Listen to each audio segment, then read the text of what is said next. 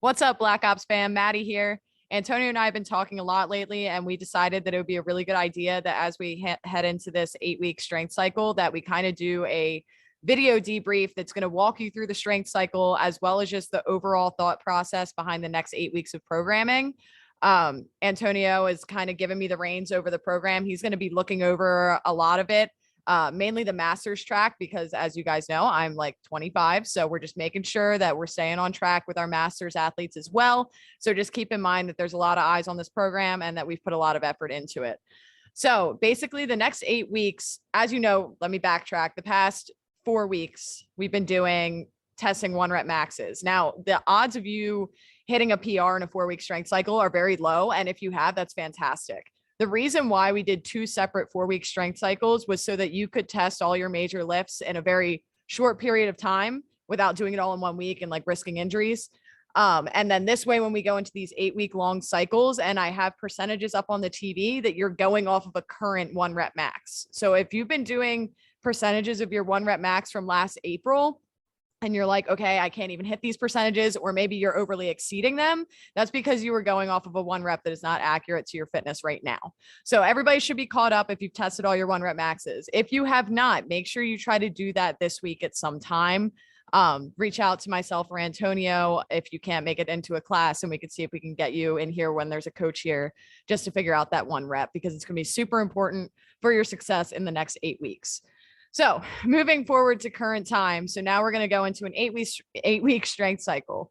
So we're going to be focusing on front squat and split jerk. Now, with that being said, on Fridays, when we have open gym, you will still see bench and back squat. So you can carry the progress that you've been seeing for your past 4 weeks that we've been doing bench and back squat into that on Fridays. It's going to be a lot lower volume.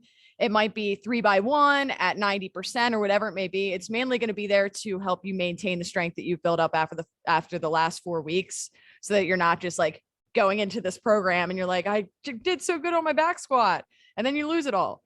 If you lose it all, it's your fault. It's because you didn't do it on open gym on Friday. Okay. So I'm telling you right now, if you want to maintain your progress, do the strength programming on Friday for open gym. Hope you heard me. Okay. So here's how it's going to look. We're going to have on Mondays, we'll be doing front squats. On Wednesdays, we will be doing split jerk. Now, last time when we did our split jerks, we really focused on teaching the entire community the technique behind it, since we took everybody into it at once. Now what we're doing is we're going to have 3 different lifts on Wednesday. They're all going to be kind of progressions into the split jerk. So the programming is up if you want to check it out. So basically you're going to start with strict press, and it'll be low volume. It'll be like 3 sets of maybe like 6 reps at a low percentage. And then you'll go into push press. That might be 2 sets at a moderate percentage. And then you might hit 3 sets of 1 on split jerk at like 80%. So basically your strict press and your push press are warming you up for the split jerk. And that's kind of how Wednesdays are going to look. Now, when we have new members coming in, we will individually as coaches take them through the technical part. So like we might use the chalk and draw the boxes on the ground for those individual new athletes. But for those of you that were with us for the last strength cycle, when we did all of that, we expect you to, if you need extra work with that, you know how to do it on your own, do it during open gym, whatever it may be. But the newer athletes that have never done it before, we're going to kind of take them back to step 1. For front squats, it's just going to be front squats on Monday, probably every 2 minutes on the minute or every 3 minutes on the minute, whatever it may be. And then on Fridays, you're going to see power clean progressions, because we are doing a lot of cleans and barbell work in our Metcons. This is something that if you don't want to increase your power clean, you don't have to do. But you will see our strength work, instead of it being more of a body shop style, we will throw that in every now and then. But the consistent strength work is going to be clean progressions, and then it's going to be back squat and bench press. So that's what you'll see on Fridays. And there will be a little bit of accessory work. If you want to learn how to do cleans, make sure you ask the coach on Fridays. I'm more than happy to help you guys, because I'm pretty much here all Friday. So if you want to learn how to do the clean or have questions on any of the technical stuff, just come over and let me know. This coming Friday, after we test our bench and our back squat this week, there is an option to test your 1 rep max power clean, so that when you go into this technical stuff on the cleans, when it's clean high pulls, clean pulls, hang cleans, you know your 1 rep max power clean, and you can actually make better progress. With that being said, So we're going to now talk about the overall volume of the program. So we know that on Mondays, we're going to be front squatting with our normal accessory work. The accessory work will be consistent. It may get repetitive. That's how you get stronger. It's not because we can't think of anything else to do. It's because of science. Just trust us and make sure you're adding weight or making the exercises more difficult once you get to a point where you're like, okay, this is easy now. That's how we get better at it. And that goes the same thing for split jerk days. It's probably going to be very consistent accessory work. So again, front squats on Monday, consistent accessory.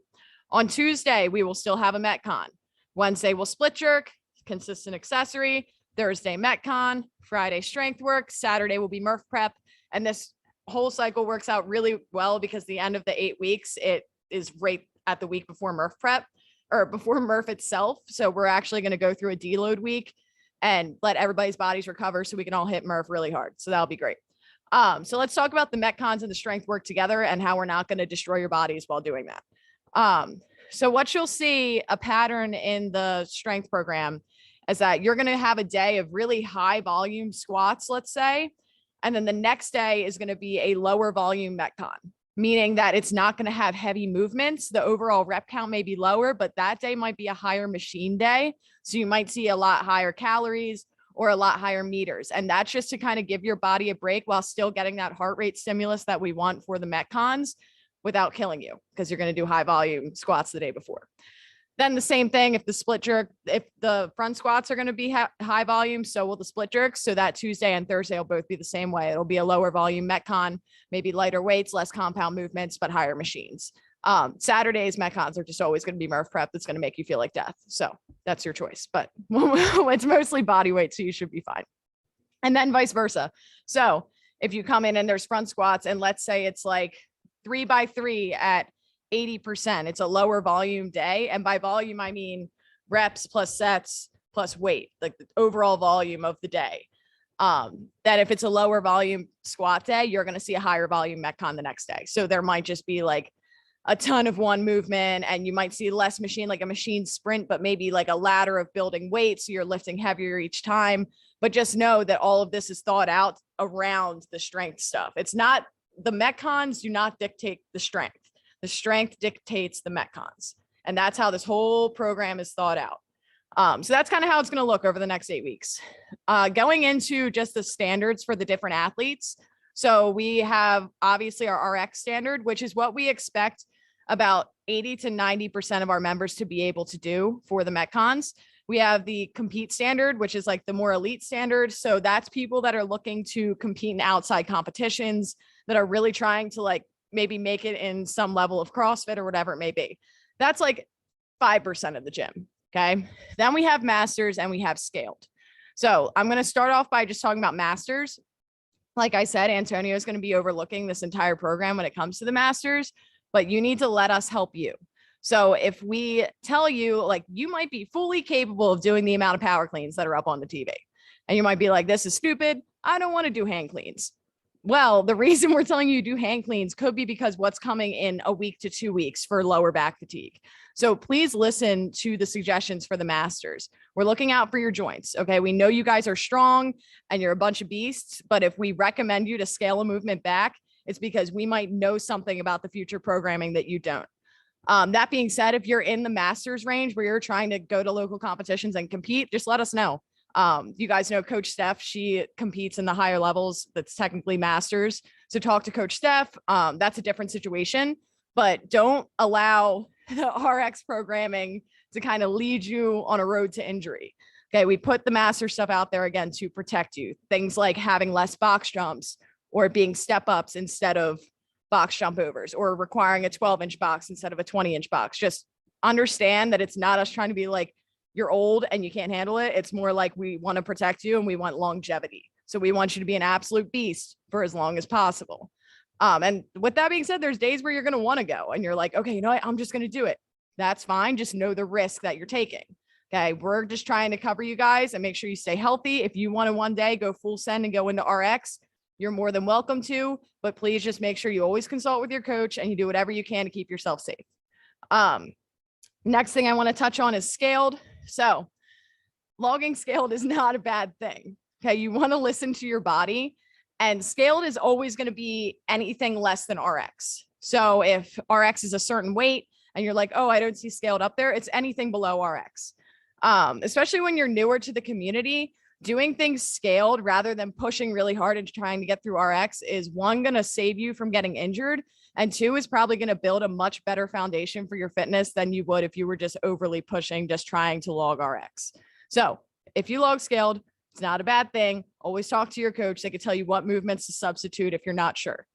RX athletes, same thing as always. Listen to the standards, be happy. Compete athletes. If you're that athlete that's between RX and compete and you're kind of dancing the line and you don't know what to do, my suggestion to you is to make sure that you are ready to handle these loads at speed.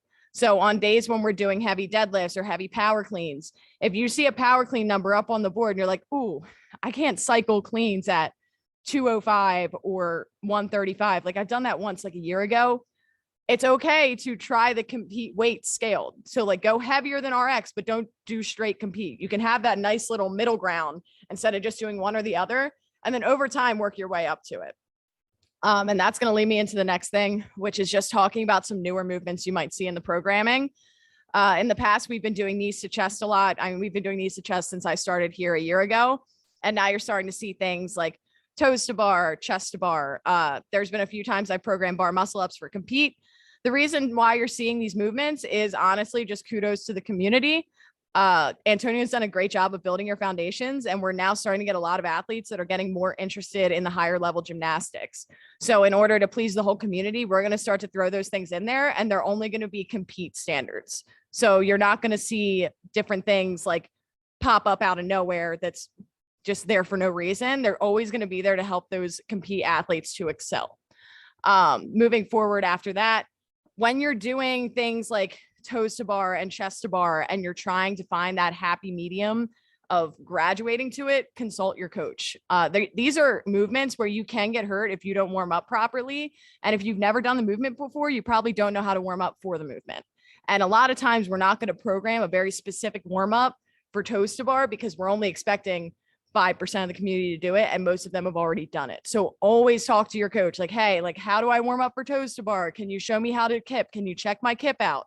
Different stuff like that. If we got to a point where like 80% of our community could do toes to bar, then we'll make sure like we have a 10-minute specific toes to bar warm up in the beginning. But right now that might be a waste of 90% of the community's time. So we want to make sure that we kind of pleasure the needs of everyone, and your coach is there for a reason. So please use them.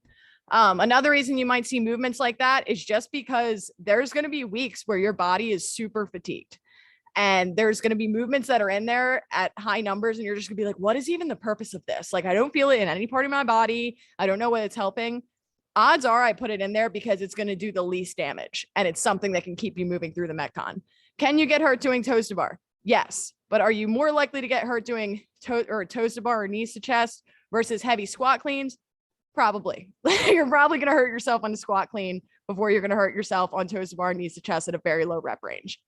Same thing with like jump rope, things like that. Yes, jump rope's a lot on your joints, but the odds of you like tearing something or hurting a disc jump roping versus a heavy deadlift, you see what I'm trying to say. So sometimes you might see movements in there and you're like, I don't understand why that's there. It's most likely because I just want to get your heart rate up and have you not on a machine for 20 minutes of the workout. But that's kind of the overall breakdown of the next 8 weeks. If you guys have any other questions, comments, or concerns, you can go ahead and message me on Instagram. I will be checking in with you guys like every 4 to 8 weeks, just kind of giving you a little synopsis of where you should be at and what you should be seeing. And yeah, have a great rest of your day. Thanks for watching.